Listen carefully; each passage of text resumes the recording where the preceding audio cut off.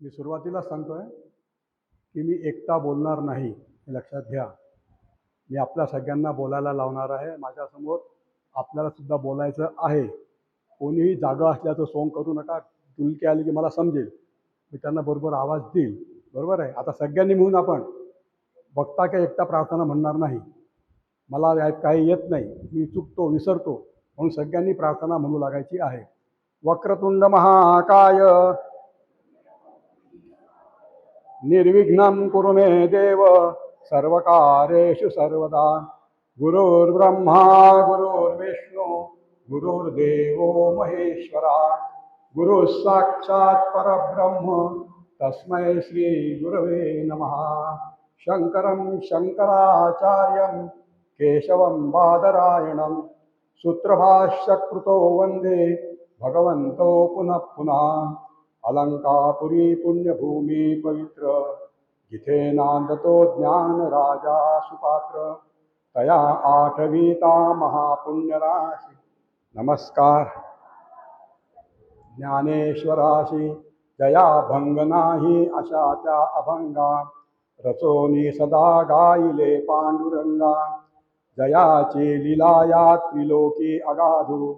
मना वंदितो श्री शुकारा तुकाराम साधू. शुका सारिखे पूर्ण वैराग्य जाचे. वशिष्ठा परिज्ञान योगेश्वराचे. कवी वाल्मिका सारिखा मान्य ऐसा. नमस्कार माझा सद्गुरु रामदासा. जय जय रघुवीर समर्थ श्री गुरु संचारेश्वर. स्वामी नरसिंह चरणी नमनाला. करितो सद्भावे मी स्वधर्म रक्षक प्रताप सूर्याला. मुक्तेश्वराशी धरिले हृदयी जाने अनन्य भावाने. कृष्णा राजा रामा तनया वंदू अखंड प्रेमाने. जीवित ध्येय जयाचे स्वधर्म रक्षण तसेच संघटन. सकला हिंदू जनांची शुद्धी पतितांची धर्म निजदान. सद्गुरु संचारेश्वर महाराज की जय. कृपा कटाक्षिया किरणे पाव काय झालं घडे जये त्या श्रीकृष्णे वंदू तयाते. चरितं शिवराजस्य शतकोटी प्रविस्तरम. एकेकं सुकृतं तस्य सर्वेषां स्फूर्तिदायकम. छत्रपती शिवाजी महाराज की जय. जय जय रघुवीर समर्थ. फोटो इथे आहे, कदाचित दिसत असेल. आज आपण त्याचा मी प्रारंभ केला. हरे राम राम राम हरे हरे. हरे कृष्ण कृष्ण कृष्ण बोला. हरे राम राम राम हरे हरे. हरे कृष्ण कृष्ण कृष्ण हरे राम राम राम हरे हरे. हरे कृष्ण कृष्ण कृष्ण. कुंडलिका वरदे हरे विठ्ठल. श्री ज्ञानदेव तुकाराम पंढरीनाथ महाराज की जय. जय जय रघुवीर समर्थ. माझा आवाज गोड असल्यामुळे बहुतेक झोपा गेल्या असतील अशी माझी खात्री आहे. आता बरोबर 11 वाजले आहेत.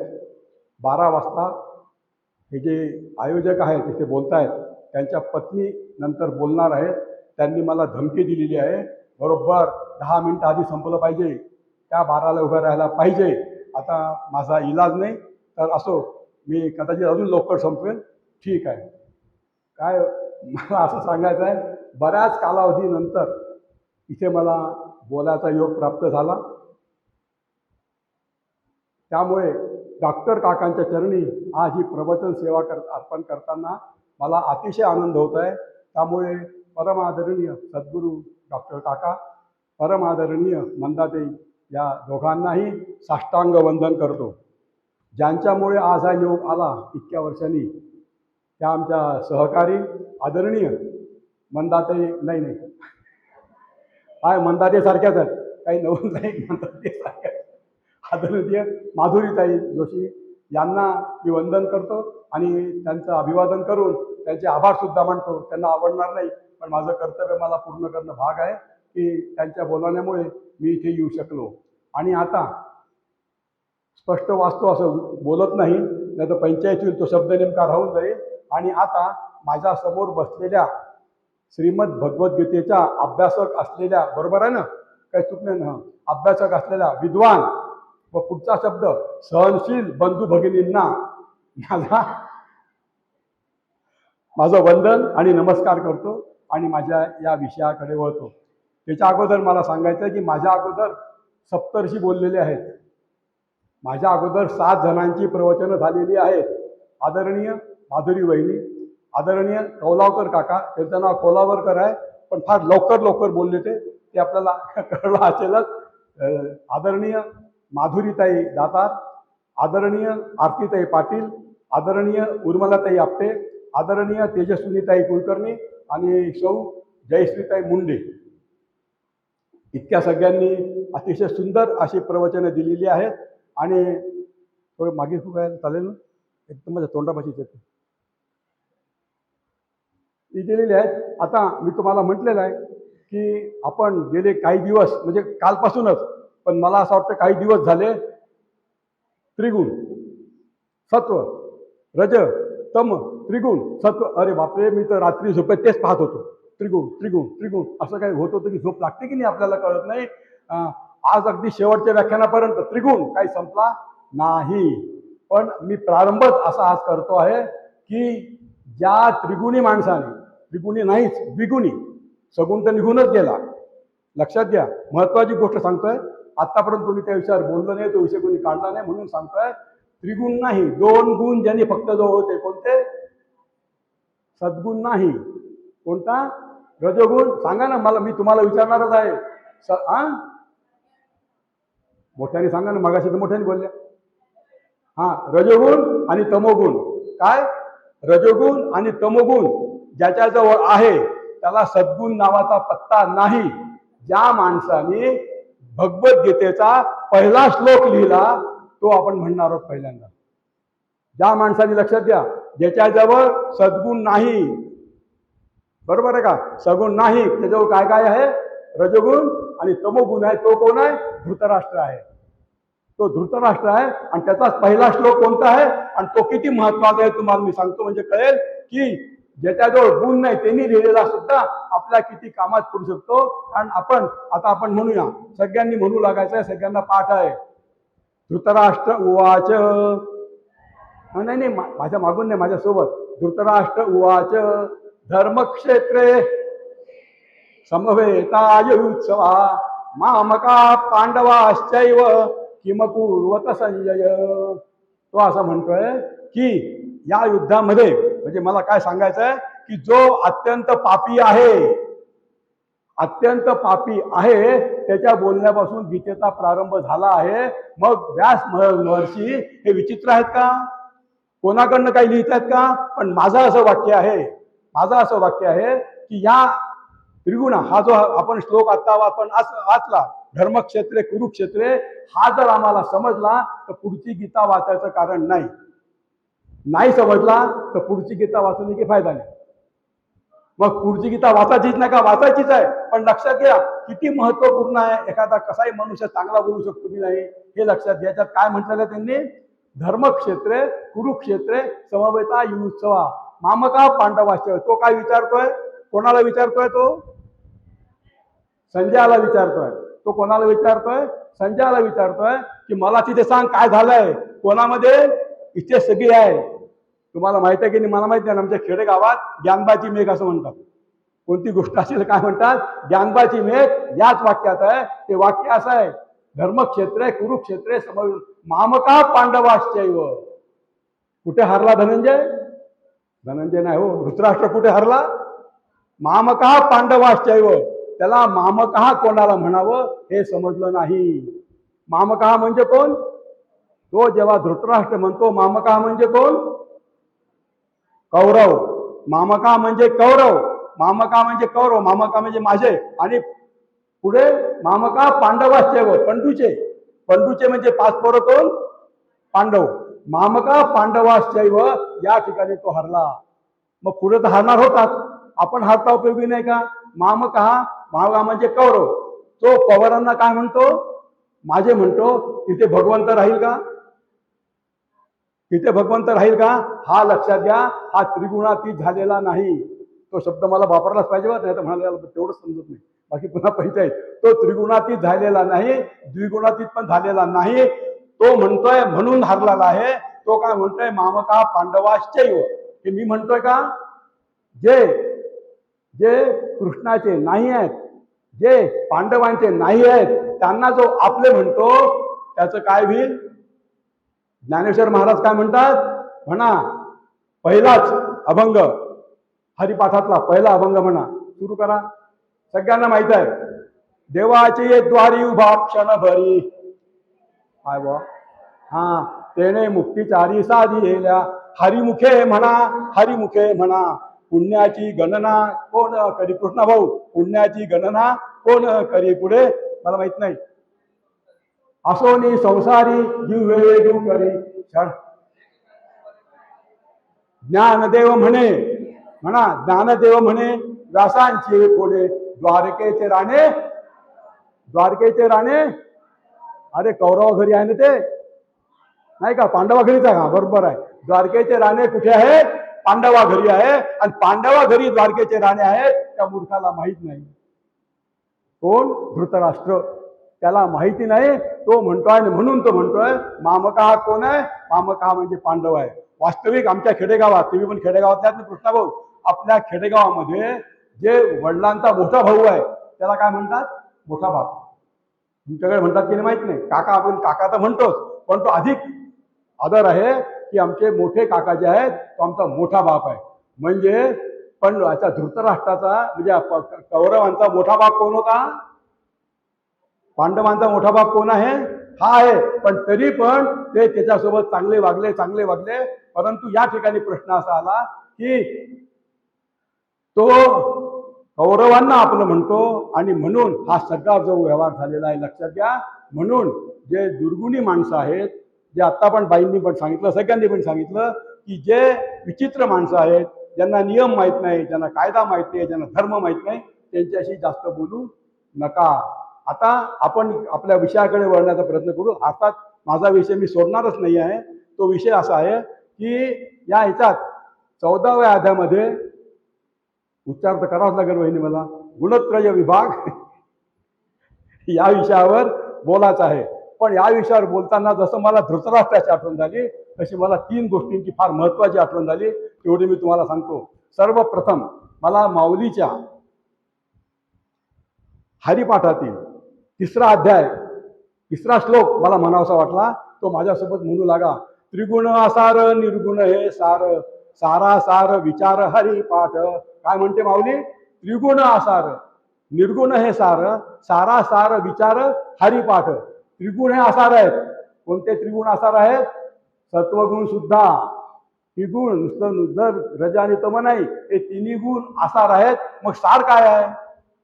नुसतं चालते का? हे नाही बरं, ते नाही, मग काय बरं आहे सांगा ना, थोडंसं तर सांगा. तेवढी ती हिंमत दाखवा. ते लगेच म्हणतात निर्गुण हे सार. जे निर्गुण आहे हे सारा, हे सार आहे, आणि हेच सार आहे, दुसरं सार नाही. जेव्हा माऊली म्हणतात ना की बा, माऊली असं कधीच बोलत नाही काय सांगावं असं असू शकेल, काय सांगावं आता, हे राजकारणी लोकांचं काम आहे, हे संतांचं काम नाही, हे असंच आहे, हे लक्षात घ्या. थोडं सुद्धा इकडे तिकडे होणार नाही, हे असंच आहे ते सांगतील.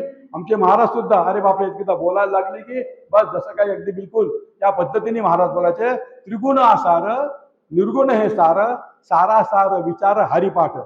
हे वहिनींना सगळ्यांना माहिती आहे, ज्यांनी माझी पूर्वी भाषणं ऐकली असतील. माझ्यासमोर वही नावाची गोष्ट नसायची. वही नाही, पुस्तक सगळं मी धडाधड बोलून घ्यायचो.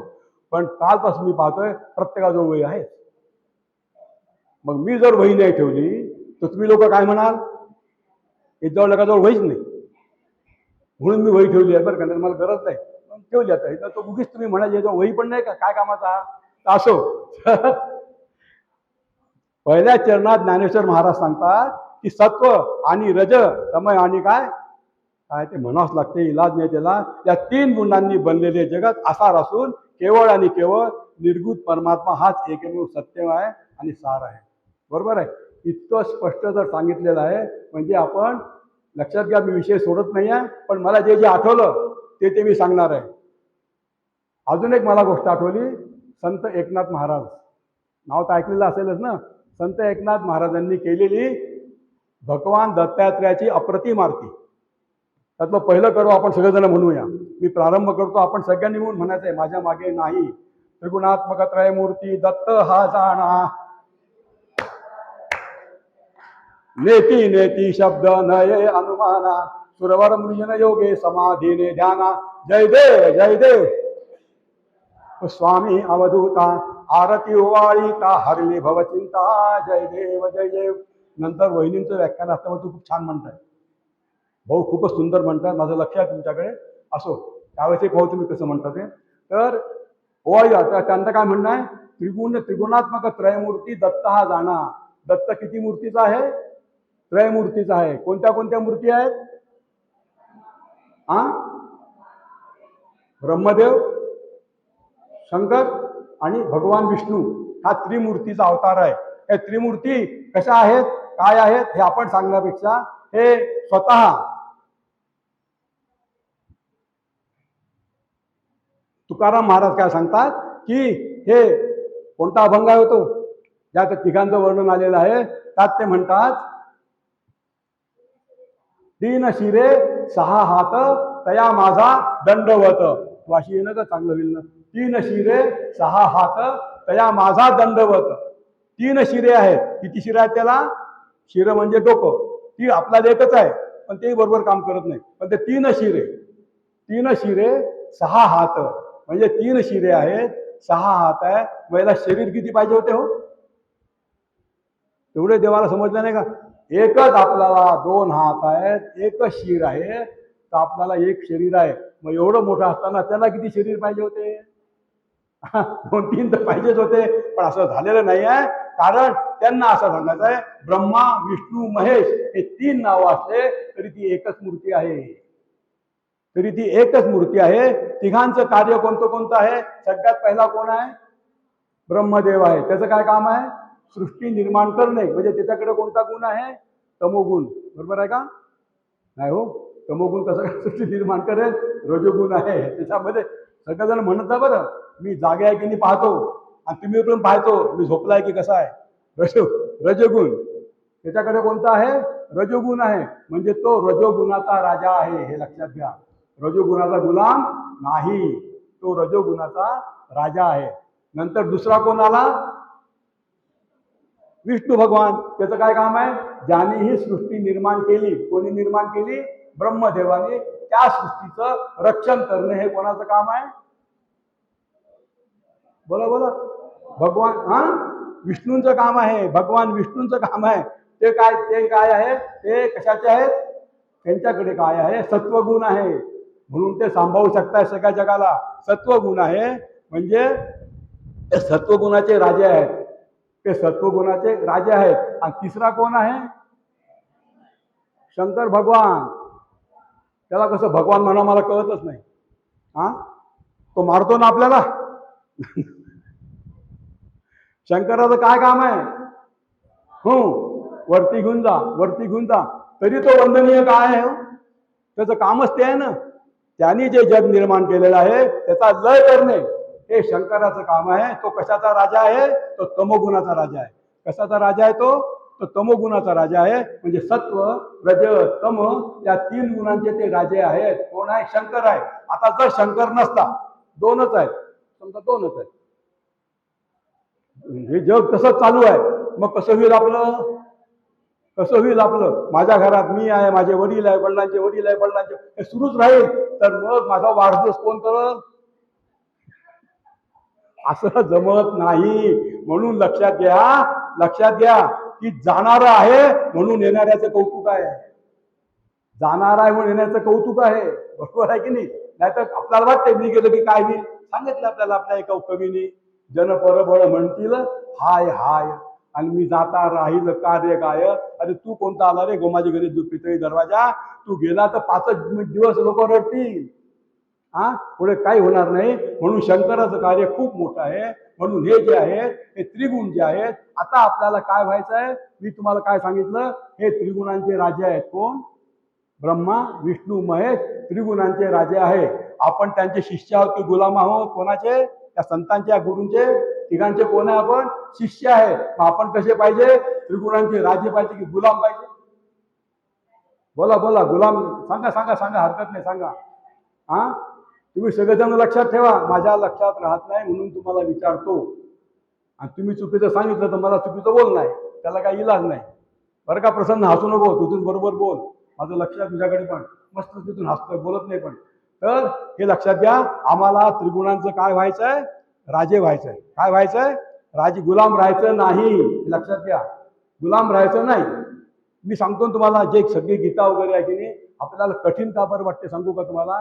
कठीण का बरं वाटते? आदिस्थिती भाषा संस्कृत, त्या काळातली संस्कृत म्हणा, भगवान व्यासांच्या काळातली संस्कृत.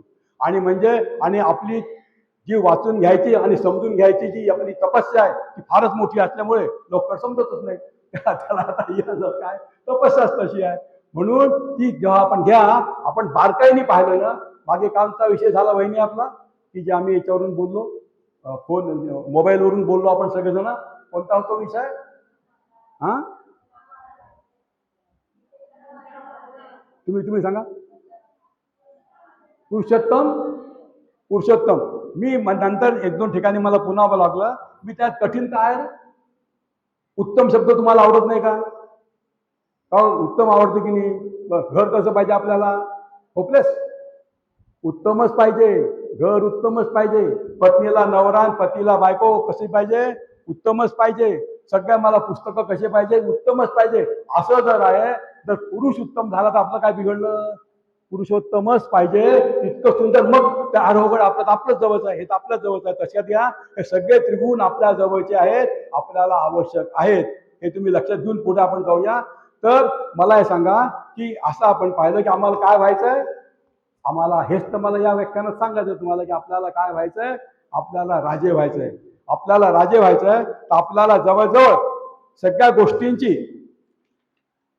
पूर्णपणे माहिती पाहिजे की नको?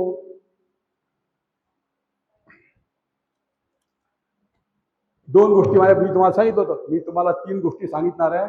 4 गोष्टीपैकी पहिली होऊन गेली धृतराष्ट्राची, 2 झाल्या. आता अत्यंत महत्वाची गोष्टी सांगतो. आवडली तर टाळ्या वाजवा, नाही तर काही लोकांना काय होते की कळतच नाही काय करायचं. मला वाटतं मग श्रद्धावर बोलून राहिलो की कशावर बोलून राहिलो समजतच नाही. असं नाही, सगळ्यांनी कसं त्यात आनंद, सगळ्यांनी आनंद घ्यायचा. की आता तिसऱ्या गोष्टीत मी बोलणार आहे. थोडी गोष्ट सांगतो. आचार्य यात्रे कॉलेजमध्ये व्याख्यानाला गेले होते. तुम्हाला ज्यांना नाव माहिती आहे त्यांना माहित आहे. आचार्य रात्री उभे राहिले तरी लोक हसायचे. आणि त्या कॉलेजमध्ये आचार्य रात्री इतके बोलत होते ते घम्म, सगळे घम्म, असे बोला ऐकायला तयार नाही. शेवटी आत्रे म्हणजे काही का पहिल्यांदाच प्रकरण झालं. मग चहाची वेळ झाली, व्याख्यान संपलं, चहा घ्यायला. ते मग थांबायचं जरा मुलांशी बोलून येतो. मग विद्यार्थ्यांशी बोलायला गेलं. ते काही मुलांना तुम्हाला माझं व्याख्यान आवडलं नाही का? म्हणजे आवडलं नाही. मग तुम्ही कोणी हसले नाही, टाळ्या वाजवल्या नाही.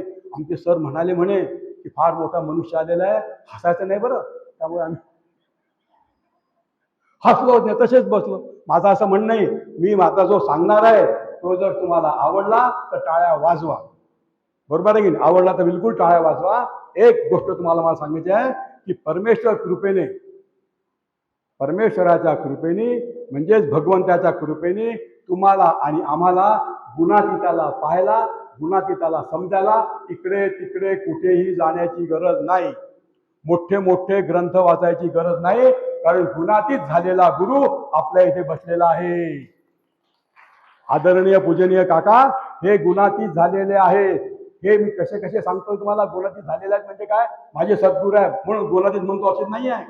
अगदी त्रिगुणांपासून अतिशय दूर आलेले आहेत. कोणीतरी एकाने सुद्धा मला सांगावं काका रागवले, आमच्यावर काका रागवले आहेत, मला सांगावं, असं कधी झालेलं नाही. काका हे त्रिगुणातीत आहेत, हे लक्षात घ्या. काका कोण आहेत? काका त्रिगुणातीत आहेत.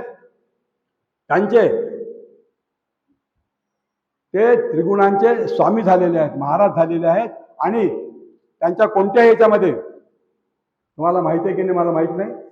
इथेच माधुरी वहिनी माझ्या समोर बसल्या आहेत. आम्ही दोघांनी मिळून काकांची 52 लिहिलेली आहे. तुम्हाला माहिती आहे की नाही मला माहित नाही. त्यातलं शेवटचं चरण मी तुम्हाला सांगणार आहे. काकांची 52 लिहिलेली आहे. त्यात काका जशी जशी काकांची कीर्ती वाढायला लागली तसे काकांचे ते विरोधी मित्र पण जास्त वाढायला लागले. आणि ते काकांच्या घरासमोर घाण ठेवून द्यायचे, काकांच्या घरासमोर कचरा ठेवून द्यायचे. लोक सांगायचे काकांना, चांगले त्यांच्या तोचे तो काम करतोय. कुणीतरी याच्यात म्हटलं की नाही, त्रिकोणाचं काम करतं, आम्हाला काय घेणं देणं, त्याला त्यांचं काम करू द्या. तसं काका म्हणायचे करू द्या त्याला. मग काही लोकांनी जशी तुकोबाची धिंड काढली, तुकोबांची धिंड काढली, तशी काकांची धिंड काढायची ठरवली. काकांची धिंड काढली, गाढव वगैरे आणून तयार झालं, पण काकाला त्याचं काहीच नाही ना हो. करणारे मूर्ख आहेत, करू द्यात त्यांना. काकांना त्यांचं काहीही नाही. आणि मग शेवटी त्यांनाच आपली चूक कळली, त्या लोकांना आपली चूक कळली की हे बरोबर नाही, आपण करतो ते बरोबर नाही.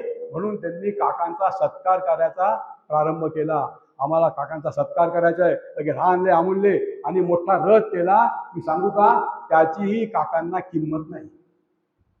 हे काय बाबा, माझा एवढा मोठा सत्कार करत आहेत, माझा एवढा मोठा हे करत आहेत, अशी कुठेही त्यांची. पटकन मी ती काढतो बरं का लवकर.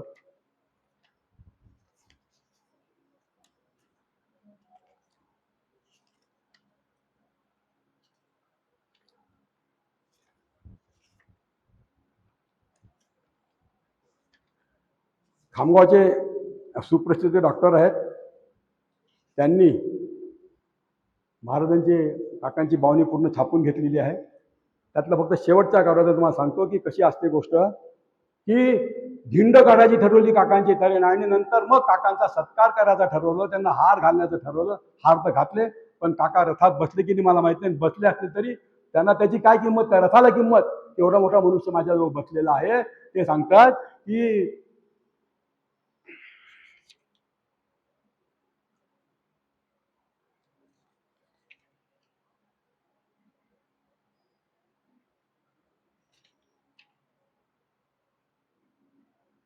भगवंताची कृपा जाहले, भक्त मंडळी जमू लागली, जशी काकांची वाढे महती, खवळून जाती दुर्जन चित्ती. तुक्या परी मग धिंड ठरवली, परी काकांची शांती न ढळली. पाहुनी काकांचा हा अधिकार, हात जोडती वारंवार, अशी आमची गुरु माऊली, अनाथांची नाथ जाहली. अशी संपूर्ण भावने आज मला आठवली. 3 गोष्टी जशा आठवल्या, तसं मला धृतराष्ट्र आठवला की त्यांनी जे आपल्याला काम केलं खूप सुंदर केलं, की आम्हाला सांगितलं तू कसं भगवंताकडे जायचं. नंतर आपण पाहिलं ज्ञानेश्वर माऊलीचं हरिपाठातलं आपण पाहिलं. नंतर आपण काय पाहिलं, बोला, नंतर काय पाहिलं आपण, एकनाथ महाराजांची आरती पाहिली. आणि आता आपण आदरणीय काका ज्यांच्या सेवेत आपण आहोत, ज्यांच्या इथे कृपेने आपण इथे बसलेलो आहोत, त्यांची पण आपण गोष्ट पाहिली की आम्हाला त्रिगुणातीत इतक्या जवळ आहे, इतक्या जवळ आहे की तो कसा चालतो नाही का, कृष्णाचा अंग कसा राहे, कसा बोले, कसा वागे, हे कसं सगळे वागतात ते आपल्याला कळून जाईल. आज काकांचं वय किती आहे हो, 92 वय आहे.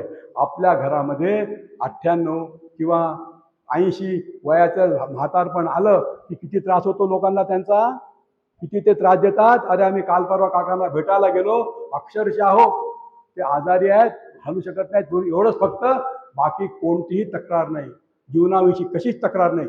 जे काय घडतंय ते पाहतोय. एवढं जर आदर्श आपल्यासमोर गुणातीताचा आहे, तर बाकीच्या गुणतातीची आम्हाला आवश्यकताच काय ते पाहत बसायची. त्यांचं वागणं तसं आपण वागावं, म्हणजे आपण आपोआप त्रिगुणातीत होऊ. आलं लक्षात. म्हणून त्यांचा आशीर्वाद घेण्याकरता आपल्याला अत्यंत आवश्यक आहे. त्या ठिकाणी अर्जुनाने प्रश्न विचारले आहेत, आणि काही जशी आपली खोड असते तशी देवाची पण खोड आहे. 3 खोडी देवाच्या लक्षात घ्या, फार महत्वाच्या खोडी आहेत, ज्या की देव आपण बोलावल्याशिवाय येत नाही. किती भक्ती करान, काही करान, किती आपण बोलावल्याशिवाय तरी काही येत नाही. बरोबर आहे की नाही. म्हणजे आपण कोणतं तरी गाणं ऐकतो की नाही, कोई लोग कहते भगवान आते नहीं, इसके तरह तुम भिल्लीने के तरह बुलाते नहीं, तुम्ही त्यांना बोलवत नाही. हा, तसं कोणाच्या तऱ्हेने, हा काय म्हटलं, गुन्हा त्याच्याप्रमाणे बोलवत नाही. हा, बरोबर. म्हणजे त्यांच्यासारखं तुम्ही बोलवत नाही, तसं तुम्ही आता देवाला बोलवायला सुरू करा. अहो साधारी गोष्ट सांगतो, याचं वस्त्रहरण झालं, द्रौपदीचं वस्त्रहरण झालं. आता त्या वस्त्रहरणाच्या प्रकरणामध्ये तिची आता विटंबना होणार आहे. त्यावेळेस भगवंताला बोलवायला लागतं का हो, भाऊ आहे तिचा, तिचा देवच नाही ना. पण नाही, गेले नाही यांनी. बरं, द्रौपदीने लवकर बोलवावं की नाही, सगळ्यात पहिले कोणाला बोलावलं, धृतराष्ट्राला आवाहन केलं. तुम्हाला शोभते काय, असं झालंय. धृतराष्ट्र, भीष्म, नंतर सगळे असे बोलावून बोलावून शेवटी आपले 5 पराक्रमी पती ते सुद्धा इकडे तिकडे पाहायला तयार नाही, आणि शेवटी ती कोणाला बोलावते आहे? भगवंताला बोलावते आहे. मग भगवंत येतात. ती म्हणत असेल का, तू आधी काय अक्कल नव्हतं, तू बोलावलं कुठे मला? म्हणजे लक्षात घ्या, भगवंत बोलावल्याशिवाय येत नाही. दुसरी देवाची सवय कोणती आहे? दुसरी देवाची सवय अशी आहे की देव बोलावल्याशिवाय येत नाही. दुसरी सवय अशी आहे, देव मागितल्याशिवाय काही देत नाही. तुम्ही त्याला मागू नका, तू कशाला देत बसलाय? तुम्ही त्याला मागा. खरं सांगू का, देवाला काही मागूच नाही. कारण जर मी देवाला मागितलं मला असं असं दे, याचा अर्थ झाला की मला असं असं द्यावं हे त्याला कळत नाही. याचा अर्थ असा झाला. पण देवाची सवय सांगतो, फक्त याला अपवाद कोण आहे? सुदामा. त्याने काही मागितलं नाही तर त्याला भरभरून दिलं. आम्ही इतकं काही भरभरून मागतो तर आम्हाला त्याला भरी भेटत नाही, अशी आपली परिस्थिती आहे. तिसरं काय आहे? सगळ्यात महत्वाची गोष्ट जी आत्ताच मला पाहिजे आहे, त्या तिसरे म्हणजे त्याला विचारल्याशिवाय तो काहीही सांगत नाही. तुम्हाला वाटते त्यांनी बोलावं, ते असं करावं तसं करावं. मलाच वाटते नो, तुम्ही मला आता व्याख्यान झालं की 2-3 गोष्टी विचाराव्या. तुम्ही कसं काय ठरवलं? तुम्हाला कसं काय? म्हणजे मलाही वाटते वा वा, खूप चांगली गोष्ट आहे बरं का. आता आपले लोक हुशार आहे, मला काही विचारणार नाही, पण सांगतो एक गोष्ट. तर गीतेच्या ह्याच्यात की तो विचारल्याशिवाय कोणाला हे सांगत नाही. एक गोष्ट तो सांगत नाही विचारल्याशिवाय, की गीतेच्या पहिल्या अध्यायात जवळजवळ 47 न बरोबर बहिणी 47 श्लोक असायला पाहिजे असं मला वाटते. 47 श्लोक आहेत. त्यात कोण कोण आहे? उवाच, धृतराष्ट्र उवाच, संजय उवाच आणि अर्जुन उवाच. भगवंत उवाच कुठे गेला? तो दुसऱ्या अध्यायातल्या 11व्या श्लोकात प्रगट झाला. का बरं असं झालं? कारण त्या अध्यायात त्याला कोणी विचारलंच नाही. त्या अध्यायामध्ये अर्जुनच गुरु आहे. तोच भगवंताला शिकवतोय, असं होणार आहे, तसं होणार आहे, तसं होणार आहे, सगळं व्यंगशंकर सगळं काही तो भयंकर बोलतोय. पण तो काही गुरूंचं नाव काढत नाही, तो काही विचारत नाही. मग शेवटी कुठे गडबड होते? दुसऱ्या अध्यायाच्या मध्ये जेव्हा तो म्हणतो, जेव्हा तो सांगतो की बाबा रे, मी आता तुझा शिष्य झालो आहे, शिष्यस्तेवम शाधिमाम त्वाम प्रपन्नम. आता जे माझ्या हिताचं आहे ते मला सांग. आणि मग तिथून जरा थोडस रागातच त्या गीतेत म्हटलंय, प्रेमाने म्हटलं, पण ते असं असा शब्द आहे तो, अशच्वानान्व शोचस्तम प्रज्ञावादांचे वाचते गता असू न गता असूच नानू शोचंती पंडिता. असं कसं आहे तू? म्हणजे काय माहितीये का, माझ्या घरात माझी जी गाडी आहे त्या गाडीला ब्रेक नसणं फार मोठा गुन्हा नाही. होऊ शकते अजय, पण तो त्याला गाडीला ब्रेक नाही हे मला माहीत नसणं हा बरोबर गुन्हा आहे. त्या गाडीला ब्रेक नाही मला माहीत असणं भयंकर गुन्हा आहे. तो मला माहितीच पाहिजे. बरोबर आहे की नाही? तसंच म्हणतात की अशोच, अरे तू मूर्ख आहे. अशोच्या नोन शोचस्तम, प्रज्ञा आणि गोष्टी कशा करतो? विद्वानासारखा करतो. म्हणजे मूर्ख असणं फार गुन्हा नाही हो. असतात लोक मूर्ख असतात, लोक मूर्ख असतात, पण ते माहीत नसतं हा फार गुन्हा आहे ना. हा माहीत नसतं भयंकर गुन्हा आहे. ते सुद्धा माहीत म्हणजे अशोच्या नोन शोचतम गता असून का नानू शोचंती पंडिता. आणि तू मला ज्ञानाच्या गोष्टी सांगतोस, स्वतःला समजत तर काही नाही, आणि माझ्या तू ज्ञानाच्या गोष्टी का सांगतो? पण भगवंतानी मात्र त्याचं विचारणेनं ऐकलं, आणि मग तिथून जे सुरू झालं तिथून लक्षात घ्या सगळीकडे असंच आहे. वहिनींनाच विचारतो ना मी, जी गुरुगीता लिहिली आहे, आणि आमच्या खामगावच्या ज्या वहिनी आहेत, माधुरी वहिनी जोशी, त्या खामगावला होत्या त्यावेळेस, त्यांनी आणि मी मिळून, दोघांनी मिळून गुरुगीता लिहिलेली आहे. त्यात गुरुगीतेचा प्रारंभ कसा झाला हो? स्वतः त्यांची पत्नी, शंकराची पत्नी, ती जेव्हा विचारते तेव्हा ते बोलतायत जगन्माता उवाच आहे, तेव्हाच शंकर उवाच झालेलं आहे पत्नी. आणि मग आपल्या सगळ्यांच्या भोवती, सगळ्यांच्या भगवंताच्या कृपेने आम्हाला गुरुगीतेचा अध्याय प्राप्त झालेला आहे. 11:30 वाजले ना, रागाने पाहू नका ना, 11:30 झाले ना, फक्त बोलू देतो ना वहिनी. काय म्हटलं तुम्हाला? कुठे थांबलो तुम्ही आता?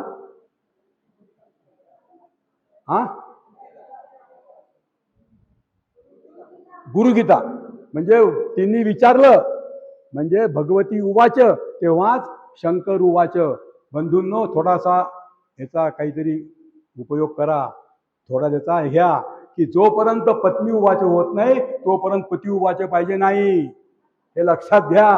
हा किती मस्त हसल्या पहा बरं, तुम्ही हसले पण त्या हसल्या की आता हा बरोबर बोलला बा केव्हाचा. आतापर्यंत नव्हता बोलला की जोपर्यंत पत्नी विवाहाचे होत नाही पती विवाहाचे झालं नाही पाहिजे, असं हा गमतीचा विषय झाला. पण जोपर्यंत कोणी विवाहाचे नाही या प्रश्न विचारत नाही, भगवंताचं काय अडकलंय तुमच्यासाठी? तुमचं अडकलंय तिथे, त्याला विचारलं पाहिजे. जेव्हा अर्जुनाने विचारलं तेव्हा भगवंताने सांगणं सुरू केलंय, लक्षात घ्या. अर्जुनाने काय काय विचारलं? तो काय घरच्या गोष्टी विचारत होता का? पिशलं कधी आणू, अमुक कधी आणू? त्यांनी काय काय विचारलं की त्याचा प्रश्न असा आहे की त्यांनी फक्त 3 प्रश्न विचारले आहे.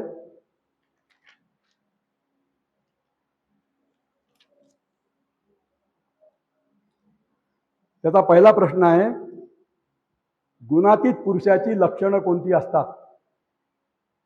गुणातीत पुरुषाची, मला थोडंसं कळत नाही, तुम्हाला कळलं तर मला नंतर सांगा. गोष्ट कोणती चालू आहे? युद्धाची. आणि तिथे काय करत आहे गुणातीत आणि गुणातीत? जे आले त्यांना उचला फेक, अजून कोणती गोष्ट पाहिजे होती, पण हे अत्यंत आवश्यक होतं. मी जे काय करत आहे ते मलाच जर कळलं नाही की मी योग्य करत आहे की अयोग्य करत आहे, त्यावेळेस मी चांगलं करू शकत नाही. आणि म्हणून भगवंत जीवाचा एवढा हे करतायत की हा कोण आहे अर्जुन? त्याचा कोण होता हो अर्जुन? गोष्ट कोण होता सांगा ना? त्याचा नातलग होता, त्या सगळं काय होता. आणि सगळ्यांचा आवडता कोण होता? कृष्णाचा आवडता कोण होता? सगळ्यात जास्त पांडवांमधला हा कोण होता? अर्जुनच होता. अर्जुनच होता. मला ते सांगत बसायचं नाही का बरं होता, म्हणजे अजून लांबते काम, की अर्जुनच होता. सगळ्यात आवडता असून अर्जुन होता. तरी तो प्रश्न विचारतोय, तुला काय लाज वाटत नाही? गुठ आणि चालला जा. तरी त्यांनी ऐकलं असतं, पण ते युद्ध बरोबर झालं नसतं. आणि त्यामुळे ते म्हणतायत की मला, तो मला म्हणताय की मला तुम्ही मला सांगा की गुणातीत पुरुषांची लक्षणं कोणती असतात? त्या त्रिगुणात झालेल्या पुरुषाची, म्हणजे त्रिगुणांना ओलांडून गेलेल्या पुरुषाची लक्षणे कोणती असतात व त्याला आपण पटकन कसे ओळखावे? त्याला मोठा प्रश्न पडला की त्याला मी कसं ओळखायचं? किम आचार हा, त्याचा आचार कोणता असतो? भगवंताच्या ठिकाणी जर मी असतो तर सांगितलं असतं आमच्या काकाकडे ये, बस, बाकी काहीच करू नको. खरं सांगतो, मी आता किती भारत हिंडलो आहे, किती महाराज पाहिले आहेत, किती संत पाहिले आहेत. आता कोणता नागपूरचा मोठा संत झालेला असो, तर त्याचं नाव घेऊन का खराब करायला दिवस आपला. तर हे की त्याला, हे अर्जुनाला काय फटकन ही गोष्ट आहे की दुसऱ्या पण त्रिगुणातीत झालेल्या व्यक्तीचे आचरण कसे असते, तर मी जास्त सांगत बसत नाही. आपल्या काकांसारखे असते. असलं तर असू दे, नसलं तर नसू दे. काही त्यांचं बिघडलेलं नाही, काही बिघडलं. त्यांचा जय जयकार केला तरी काही नाही, नाही केला तरी काही नाही. आमच्यासारख्या मूर्ख माणसांना ते जवळ करतात. अजून कोणता मोठा माणूस पाहिजे हो? मला तुम्ही सांगा, अजून कोणता मोठा माणूस पाहिजे? आणि प्रथम तिसरं त्यांनी असं विचारलंय, या विचारतोय तो की या गुणांमुळे असं कोणतं साधन केलं, म्हणजे या तिसऱ्या बाजू विचारतोय की असे कोणते गुण आहेत की ज्या गुणांमुळे हा गुणातीत पुरुष त्रिगुणांपासून मुक्त होतो. थोडक्यात सांगायचे म्हणजे कोणते साधन केल्यामुळे मनुष्य त्रिगुणातीत होतो? हा प्रश्न आता मी तुम्हाला विचारतो. आणि इथे भाषण थांबवत नाही बरं.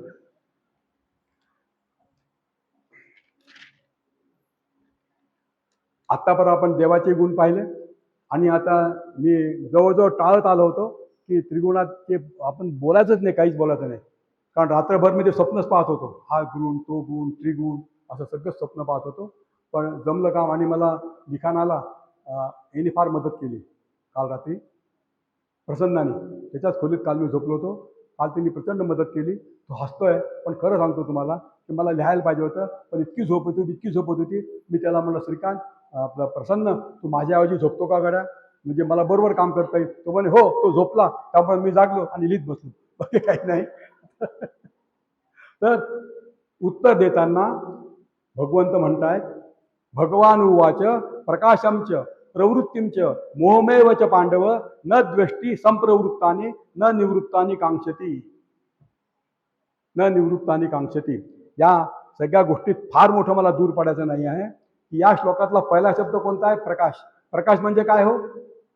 प्रकाश म्हणजे सत्वगुण. प्रकाश म्हणजे सत्वगुण.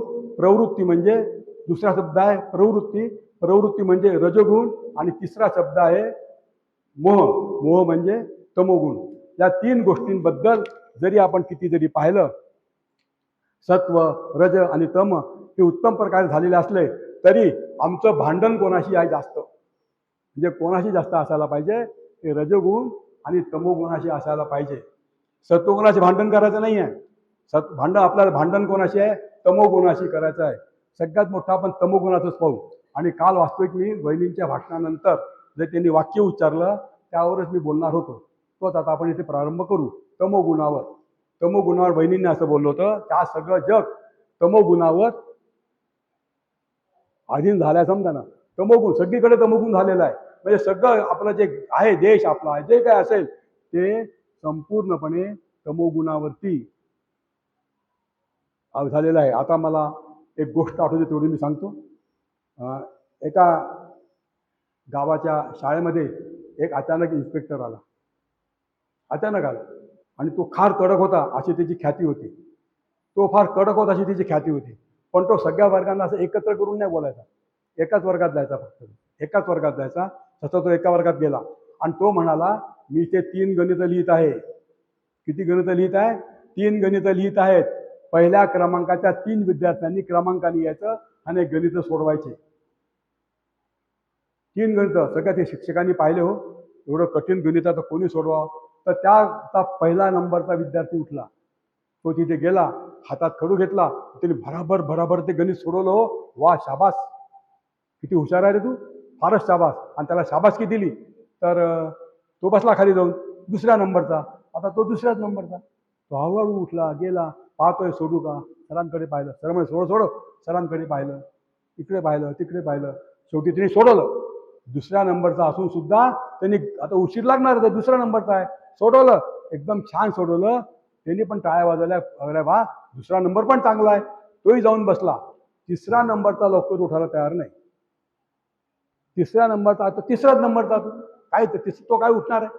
शेवटी थोडा, अरे उठणार आहे, कोणी उठत नाही का कोणी? शेवटी एक उठलाच. तो हळूहळू गेला, पण गणित मात्र त्यांनी लवकर सोडवलं. बरं, गेला हळूहळू, घाबरला होता, पण गणित भराभर सोडवलं. त्याला येताना मात्र इन्स्पेक्टरनी पाहिलं, अरे तूच पहिल्यांदा गेला होता आणि तूच पुन्हा आला. वारे वा, मला फसवता का तुम्ही? योग्य आहे का हे? असं बरोबर बघतो का तू? बोल, नाही तर मारतो धरून तुला. ते म्हणे, सर मला खरं सांगू का काय, मी म्हणे तिसऱ्या नंबरचा नाहीच आहे. तो माझा तिसरा नंबरवाला जो आहे तो म्हणे गेला आहे. इथे मॅच आहे म्हणे भारतात लागलेली, भारत विरुद्ध पाकिस्तान, ती पाहायला तो गेलाय. तो म्हणे कोणी जर मूर्ख आला तर तू उभा राहा, माझा तुझा आवाज तू उभा राहा, म्हणून मी ते उभा राहिलो. असा चिडला ना तो, की ठीक आहे बस म्हणे खाली जा.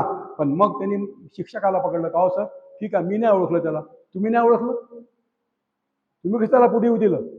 शोभते का तुम्हाला? आणा रजिस्टर, लावतो लाल. साहेब म्हणे पाठीवर मारा पण पोटावर नका मारू. पण झालं काय, मला खरं सांगू का म्हणे, मी या वर्गाचा मास्तरच नाही, त्यामुळे मला ओळखूच नाही आले म्हणे कोणी. अरे पण मग तो झालं काय, मग तो कुठे गेलाय मास्तर? तो म्हणे मॅच पाहायला गेला. म्हणजे विद्यार्थी पण असे, मास्तर पण असे. तो इतका चिडला, तुम्हाला काय सांगू, लाज वाटत नाही म्हणे विद्यार्थी असे असे. लक्षात घ्या, तुमचं नशीब चांगलं म्हणे, खरा इन्स्पेक्टर गेला मॅच पाहायला, त्याच्या जागी मी आलो. म्हणून तुम्ही वाचले. तेव्हा म्हणे लक्षात घ्या, हे असं वागू नका. मला सांगा, अरे काय असा आपला देश आहे? किती पोलीस पकडण्यात आले आहेत, किती इन्स्पेक्टर पकडण्यात आले आहेत, किती मंत्री पकडण्यात आले आहेत. हा देश आहे की कोण आहे? जर समजा मोदी नसते, सांगायचा विषय नाही, पण आज सांगतोच तुम्हाला. आम्ही काकांशी एकदा बोलत बसलो होतो, काका या मोदींविषयी तुमचं काय मत आहे? काका म्हणे त्याला ईश्वराची कृपा आहे, बस. खरंच ना, त्या देशाचं आज काय झालं असतो, सगळं देशाला आपलं खायला बसलेले आहे. आणि म्हणून हे तमोगुणाचं लक्षण आहे. मी खूप व्याख्या सांगत बसत नाही, सगळ्यांनी व्याख्या खूप ऐकलेल्या आहेत, मी पण ऐकलेल्या आहेत, तुम्ही पण ऐकलेल्या आहेत. पण कळलं ना किती भयानक परिणाम आहे तमोगुणाचा.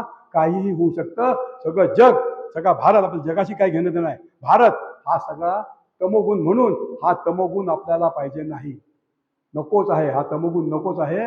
विशेष आता राहिला रजोगुण. संपवतोय. थोडं पाणी पिलं चालतं ना, पण होते वैलिंदा बरोबर देतोय.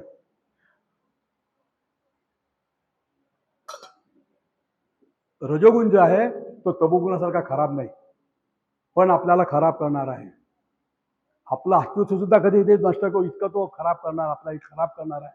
की वाईट वागणे, खोटं वागणे, खोटं बोलत बसणे. आणि मला नोकरी तर पाहिजे. आम्ही जेव्हा जात असतो ना कुठे खेडेगावात वगैरे लग्न ठरवायला, आता लोक आम्हाला नेतात, त्यांना वाटतं आम्हाला समजतं का सगळं. आमचंच आम्हाला समजलं नाही, बायको कशी पाहिजे, आम्ही लोकांची काय पाहणार आहे. नाही, चांगली आहे बरं गोष्ट. आज सकाळी एक गडबड झाली. मी माझ्या विचारात होतो, हा मला ही गेली होती कुठली समाधीकडे काकांची. हा तिथून मी आत होतो, हा बाहेर होता प्रसन्न. तो मला म्हणे मोहन काका ती बाई समाधी, म्हणलं समाधी घेतली का बाबा तिने. समाधीकडे गेली. तर तात्पर्य काय सांगत होतो तुम्हाला, की सगळं आम्हाला नोकरी पाहिजे. पण म्हणजे आम्ही जेव्हा जातोच होतो ना, तेव्हा जे सांगतात ना मुलाकडचे लोक, अहो काही काळजी करू नका, तुमची मुलगी आमच्या घरात सुखात राहील, तुमची मुलगी आमच्या घरात सुखात राहील. अहो मुलाला नोकरी, बापरे बापरे बापरे, तो सगळ्यात मोठा ऑफिसर आहे आणि पगार तर इतका आहे की 1 लाख 1.5 लाख रुपये तर प्रारंभ झालेला आहे. पण काम म्हणाल तर काहीच नाही. काय लाज वाटत नाही सांगायला? त्यांना सांगायला लाज वाटत नाही, यांना सांगायला लाज वाटत नाही. काय चालू आहे आपल्या देशामध्ये? हा आहे रजोगुण, लक्षात घ्या. हा सुद्धा पाहिजे नाही. आमच्या खामगावचे बाबूराव होते, कोणाचं बाबूराव नाव नाही येते, म्हणजे नाव बदलतो नाही तर मी. खामगावचे बाबूराव होते, ते काहीतरी अपघात झाला, मोटारचा झाला, कशात झाला, काय झालं काय माहिती, दवाखान्यात भरती झाले. दवाखान्यात भरती झाले. आता मग आता आता आम्ही सगळे ते ओळखीचेच होतो, गेले तर. पण आम्ही कसं जाणार, त्याच्या मोठ्या साहेबाला घेऊन गेलो. साहेबही मग साहेबही सोबत आले. गेलो आम्ही आतमध्ये वगैरे दवाखान्यात. आज साहेब म्हटल्याबरोबर आम्हाला प्रवेश मिळाला. गेल्याबरोबर मी बाबूराव साहेब म्हणाले त्याची, बाबूराव काळजी करू नका, काळजी करू नका, ऑफिसची तर बिलकुलच काळजी करू नका. आमचं लक्ष आहे आणि तुमच्या कामावरती आम्ही एक मनुष्य पण बसवून ठेवलेला आहे. फक्त आम्ही या काळजीत आहोत, तुम्ही कोणतं काम करत होते आम्हाला आत्तापर्यंत माहीत नाही, बस तेवढं कळलं की आम्ही तुमच्या माणसाला कामाला. काय चालू आहे साहेब, काय चालू आहे सांगा. जे तुम्ही सगळ्यांनी नोकऱ्या केलेल्या आहे, तुम्हाला सुद्धा हसू येईल, पण अशा गोष्टी ऑफिसमध्ये आहेत की नाही आहेत? अशा सगळ्या गोष्टी ऑफिसमध्ये आहे. म्हणून हे गुण आपल्याला दिसता सुद्धा उपयोगी नाही, हळूहळू नष्ट झाले पाहिजे, लक्षात घ्या. म्हणजे 3 अगदी फार कठीण नाही ना, फार कठीण नाही आहे, तर फार सोपं आहे. म्हणून आपल्याला ह्या गोष्टी कराव्या लागतील. आणि आता राहिला सत्वगुण. खूप काही बोललेले आहेत, आज वहिनीने पण सांगितलेलं आहे सत्वगुणाबद्दल, आणि ते फारच थोडक्यात सांगतो आणि संपवतो. सत्वगुणाचं काय, आपल्याला त्याग करायचा नाही, तो आहे तसाच राहू द्यायचा. फक्त एवढं लक्षात ठेवायचं की हा सत्वगुण जो आहे की त्याला मला हकलायचं नाही, त्याला मला काही करायचं नाही, त्याला मला आपुलकी करायची आहे. आणि सत्वगुणाचा बरोबर आहे की नाही, मला तो माझा पाहुणा आहे असं नाही करायचं, तो घरचा वाटला पाहिजे, सवय झाली पाहिजे. आणि मग काही नवल वाटत नाही ना. आता काय होतं की मी इतका छान झोपतो, इतका गाढ झोपतो, झोपलो की मला झोप लागून जाते. मग मी सांगत बसतो का, बाबा काय झोपलो मी आज, बाबा काय झोपलो मी आज. अरे आता बरोबर आहे. म्हणजेच माझी झोप मी अशी माझ्या ताब्यात ठेवलेली आहे, माझी झोप मी माझ्या ताब्यात ठेवलेली आहे की मला नाही सांगावं वाटत नो. पण एखादा मनुष्य बिचारा आजारी पडला, अपघात झाला, 20 दिवस झोपला नाही, तो हा हा हू करतोय, आणि 22व्या दिवशी झोपला की सगळ्या मित्रांना सांगतो की नाही, तो मी झोपलो बा आता, काय बा मी झोपलो बा आता, सांगतो की नाही बरोबर. तसं सत्वगुणाचं आहे. सत्वगुण जर मी माझा केला नाही तर प्रत्येक गोष्टीचा मला अभिमानच वाटतो. आज मी इथे व्याख्यान चांगलं दिलं समजा, नाही माझं मी म्हणतोय बरं, तुमच्यावर जबरदस्ती नाही, माझं मी व्याख्यान चांगलं दिलं, मला व्याख्यान चांगलं द्यायला कोणी शिकवलं? बसलेलं आहे मागे पाटलेगावकर महाराज आहेत, हे महाराज आहेत, ते सगळे संत आहेत. अगदी म्हणजे कधी कधी तर काठी घेऊन शिकवलं काही लोकांनी, असं झालेलं आहे. तर मग मी जर हे विसरलो आणि मी म्हटलं वा वा वा काय मी व्याख्यान चांगलं दिलं, म्हणजे मी सत्वगुणाचा अपमान केला. सत्वगुणाचा मी वापर, मला काय करायचं आहे, सत्वगुणाला घरातला पाहुणा करायचं नाही, लक्षात घ्या. मला सत्वगुणातला घरातला पाहुणा करायचा नाही. मी पण पाहतोय, काळजी करू नका, घड्याळकडे मी फार बारकाईने पाहतोय. तर मला सत्वगुणाचा मला पाहुणा नाही करायचा, त्याला माझा घरमालकच करायचा आहे, घरातलाच करायचा, अगदी घरातला झाला पाहिजे. माझ्या घरातला मुलगा, मी माझ्या पत्नीवर प्रेम करतो, मी माझ्या आईवर प्रेम करतो, मी माझ्या वडिलांवर प्रेम करतो, हे मी पेपरला देतो का? हो, ही पेपरला द्यायसारखी गोष्ट आहे का? आम्ही माझ्या मुलांवरती मी फारच प्रेम करतो, बरं पेपरला द्यायची गोष्ट आहे का? पण जर मी एका अनाथ मुलगा ठेवला, जर मी एखादा अनाथ मुलगा ठेवला, जर मी एखादी अनाथ पत्नी ठेवली, पत्नी म्हणजे मुलगी, अनाथ माफ करा, पत्नीच तोंडात बसलं तर माझा काही इलाज नाही, समोरच बसली आहे ना. तर मी अनाथ मुलगी ठेवली. आमच्या आश्रमात अनाथ आल्या होतं ना, मग त्या मुलींना आम्हाला सांभाळावं लागेल. महाराज ठेवायचे, सांभाळत आम्हाला लागेल, मुलांना मुलींना सगळ्यांना सांभाळावं लागेल. मग आम्ही जाहिरात करत होतो का त्याची? बरं आमचं सोडा, आम्ही एखादा सांगू सुद्धा, बाबा आहे महाराज असे आहेत, असं करावं लागते तसं करावं लागते. कालच सापांची गोष्ट निघाली, त्याला मी सांगितलं आम्ही साप कसे सांभाळत होतो, 200 साप मी कसे सांभाळत होतो. आता हे आम्ही सांगत होतो का लोकांना? त्याची आम्हाला इतकी सवय झाली होती की आपण काही मोठं काम करतोय असं मला वाटतच नव्हतं त्या मुलींना. म्हणून असं जर मी करत असेल, अनाथ मुलांचा मी सांभाळ करत असेल, मी जर गरिबांना अमुक अमुक दान धर्म करत असेल, तर ही माझी सवय झाली पाहिजे. हे माझं ज्याला म्हणतात कौतुकाची गोष्ट झाली नाही पाहिजे. मग हा जो सत्वगुण आहे हा माझा पावना होणार नाही, हा आणि हा याच्यामुळे तो माझ्या उरावर बसणार नाही. नाही तर मला तर बिलकुल असं काही थोडं काही केलं की उद्या पेपरला बातमी येते का? हो, उद्या पेपरला बातमी. पत्रकार 12 वर्ष पत्रकारिता केलेली आहे, 12 वर्ष पत्रकारिता केलेली आहे. अरे 15 रुपयाचं लोक दान धर्म करत नाही हो, आणि 50 रुपयाच्या आम्हाला जाहिराती देतात. जाहिरात होतो की इतकं आमची ही जाहिरात झाली पाहिजे, काही असो. म्हणून सत्वगुणाला पाहुणं करायचं नाही, सत्वगुणाला आपल्या घरात करायचं, म्हणजे तिन्ही गुण आपल्याला आपल्या अंगावर ते येणार नाहीत. म्हणजे किती भराभर मी पानं फेकतो तुम्हाला कळत असेल, कारण माझं घड्याळकडे लक्ष आहे आणि मला हे आवडायला आवडत नाही. का वेळ संपली का ते बिचारे याच्यात पडतात ना, कसं सांगावं या माणसाला, हो संपली कुठे आता, असं नाही. म्हणून मीच बरोबर संपवणार आहे.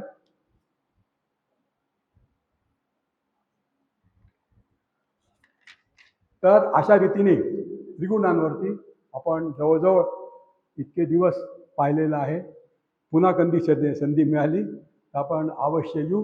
मी कालपासून वहिनींना विचारतोय, पण वहिनींचं पण ज्ञान तिथे अपुरं पडलेलं आहे. मी वहिनींना म्हटलं त्रिगुण झालेलं आहे, वहिनी मला चौथा पाचवा गुण सांगा, त्याच्यावर तर बोलू द्या काहीतरी. ते म्हणजे हे इतकं नाही, चौथं पाचवं प्रकरण काही आपल्यापाशी नाही आहे. तर असं मंडळी, तर इतक्या दिवस आता आपल्या माझं बोलणं झालं आणि आज थोडासा मुक्त झालो. आपण सगळ्यांनी शांतपणे ऐकून घेतलं. 10 मिनिटं मी सोडलेले आहेत, तेव्हा तुम्हाला 10 मिनिटं देतील आणि वहिनींचं व्याख्यान चांगलं होऊ दे अशी मी आपल्या सगळ्यांना प्रार्थना करतो. जय जय रघुवीर समर्थ.